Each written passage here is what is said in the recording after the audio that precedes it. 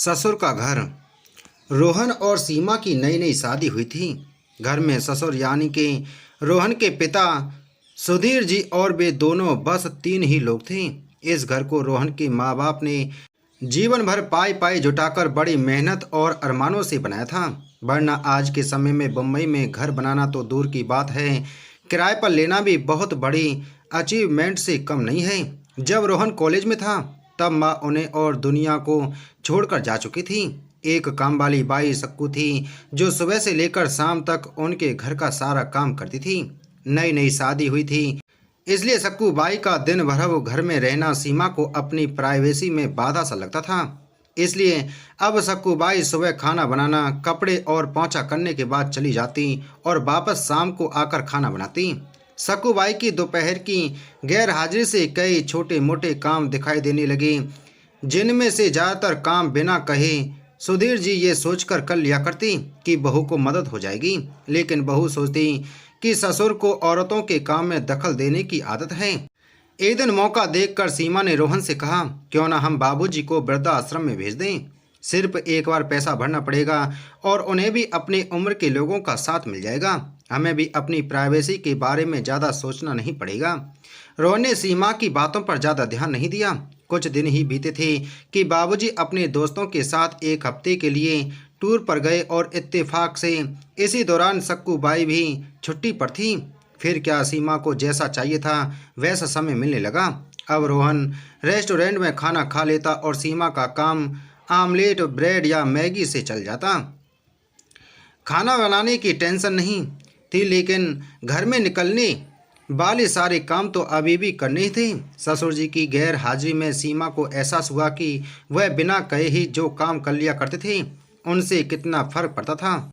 छोटे मोटे लगने वाले यह काम भी काफ़ी समय और एनर्जी लेने वाले थे। कुछ दिन बीतने के बाद एक दिन रोहन सीमा को कहता है, चलो आज कहीं बाहर घूम कर आते हैं। सीमा बड़ी खुशी खुशी सज धज कर बाहर घूमने के लिए तैयार हो जाती है। रोहन सीमा को अपने घर से 4 किलोमीटर दूर एक चौल में लेकर आता है। एक आदमी रोहन के हाथों में एक चाबी देता है। रोहन उस चाबी को लेकर चौल का एक कमरे का दरवाज़ा खोलता है। कमरा खुलते ही 2 रूम वाले उस छोटे से अंधेरे से भरे घर के अंदर रोहन सीमा को लेकर जाता है और कहता है, कैसा लगा तुम्हें हमारा नया घर। रोहन कहता है, हम अगले महीने से इसी मकान को भाड़े से लेकर रहेंगे, अलग और अपनी प्राइवेसी का मज़ा लेंगे। अभी मेरी आमदनी के हिसाब से हम इसी को अफोर्ड कर सकते हैं। रोहन का यह व्यवहार सीमा की समझ में नहीं आया। वह चौंकते हुए कहती है, हमारे पास अपना इतना बड़ा घर तो है, फिर क्यों हम भाड़े से रहेंगे। रोहन उसे टोकते हुए कहता है, सोच समझ कर बोला करो, वह घर हमारा नहीं है, वह माँ बाबूजी का है। तुम्हारे पास 1 महीना है सोचने के लिए कि तुम्हें आगे क्या करना है। दोनों वहाँ से वापस अपने घर लौट आते हैं। पूरे रास्ते सीमा के दिमाग में तरह तरह के विचार चल रहे थे। घर पहुँचते ही उसने रोहन से कहा, माना कि यह घर माँ बाबूजी का है, लेकिन क्या हमारा इस पर कोई हक नहीं है। रोहन ने कहा, बिल्कुल है, लेकिन माँ बाबूजी के बाद जब तक वह हैं तब तक तो नहीं। अगर तुम्हें हक समझ में आता है तो तुम्हें जिम्मेदारियाँ भी समझ में आती होंगी। सिर्फ हक के बारे में सोचकर और अपनी जिम्मेदारियां भूलकर स्वार्थी होना क्या भला अच्छा होता है। सीमा के पास रोहन के इस सवाल का कोई जवाब नहीं था। वह सोचने लगी कि उसने अपने क्षणिक सुख के स्वार्थ के लिए इतने नीचे गिरकर ऐसी घटिया सोच अपने दिमाग में आने दी। उसे मन ही मन पछतावा होने लगा। सीमा रोहन से बोली, मुझे माफ़ कर दीजिए, मैं सच में स्वार्थी हो गई थी, मुझसे बहुत बड़ी गलती हो गई। रोहन बोला, तुम्हें पछतावा हुआ, मेरे लिए यही काफ़ी है, मैं तुमसे नाराज नहीं हूँ। बेटे और बहू का यह वार्तालाप सुधीर जी दरवाजे पर खड़े होकर सुन रहे थे। उन्होंने आसमान की तरफ देखा और बोले, भाग्यवान तुम धन्य हो जो तुमने ऐसे बेटे को जन्म दिया है।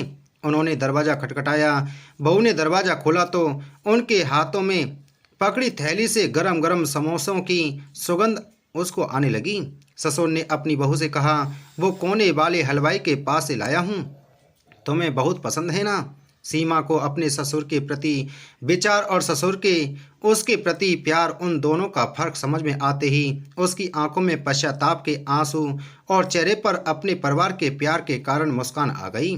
दोस्तों, इंसानी दिमाग में दिन भर में हजारों विचार आते हैं। कुछ अच्छे कुछ बुरे, लेकिन किसी भी विचार को शब्दों में परिवर्तित करने से पहले उसको समझना बहुत जरूरी है। अक्सर विचार और वास्तविकता एक दूसरे से मेल नहीं खाते हैं। हमारे बुजुर्ग तो हमें बोझ लगते हैं, जिनसे हम बात बात में चिढ़ जाते हैं, और ऐसा इसलिए होता है क्योंकि हम स्वार्थी होकर सोचते हैं और हम उनके योगदान को समझ नहीं पाते। वह हमारे जीवन में बहुत अहम किरदार निभाते हैं। तो दोस्तों, आपको कहानी कैसी लगी हमें कमेंट करके ज़रूर बताएं।